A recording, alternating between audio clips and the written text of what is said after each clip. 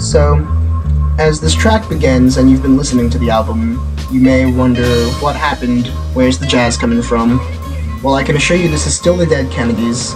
This song is We've Got a Bigger Problem Now, off of their 1981 EP, In God We Trust Incorporated. Ironically, this album marked a shift from the band's sound of surfer, psychedelic garage punk to a more hardcore style. Adopting this faster, thrashier, more raw and aggressive style was following the trend in punk that was coming out of the scenes of Los Angeles and Washington, D.C. From bands like Minor Threat and Black Flag. However, this doesn't mean that they were regressing to a simpler form. On the contrary, their music took on a sensibility not just through their style of music, like we're hearing now, but also in the way that they managed to integrate it into the content. Being offered a drink made with Kool-Aid, Jack Daniels, and the formaldehyde that preserves Hitler's brain over some smooth lounge jazz, like we just were, has a fairly potent political statement in it. The Dead Kennedys marked a shift in the politics of punk, as well as punk in politics. Qualities like the universal playability and even anti-virtuosity that made punk so accessible of a genre were being flaunted by the Dead Kennedys, especially as we can hear now.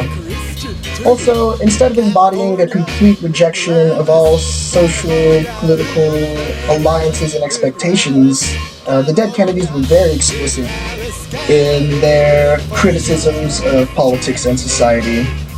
And if dislikes are in any way indicative of values and beliefs, then they were taking a very strong stance for something.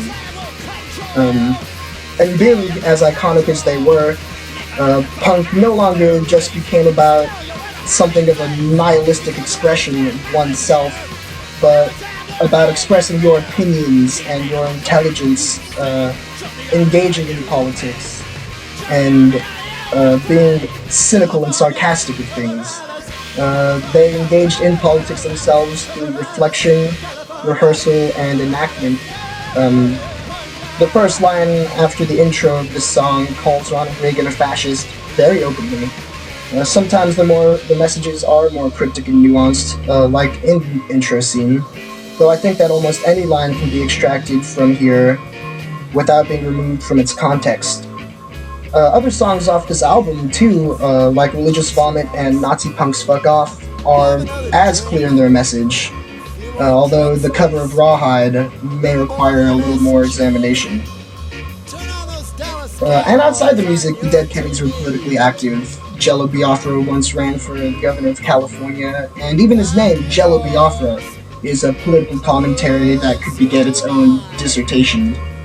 They even criticized their own industry by utilizing the format of a cassette to release this EP all on side A, leaving side B blank, explaining that home recording, which had become enabled through cassettes as it hadn't been before on vinyls and other mediums, had started to hurt record label profits, and they wanted to enable you to do that.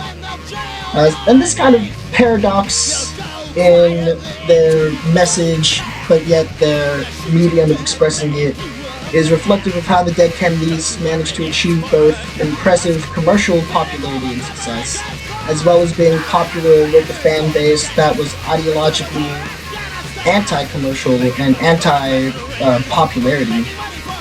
Politics aside, this song could be interpreted as a symbol of their maturity as a band, their ability to juxtapose some fairly good jazz with some genuine hardcore punk truly shows that the Dead Kennedys had a sophistication that could be easily overlooked by outsiders and even by their own fans.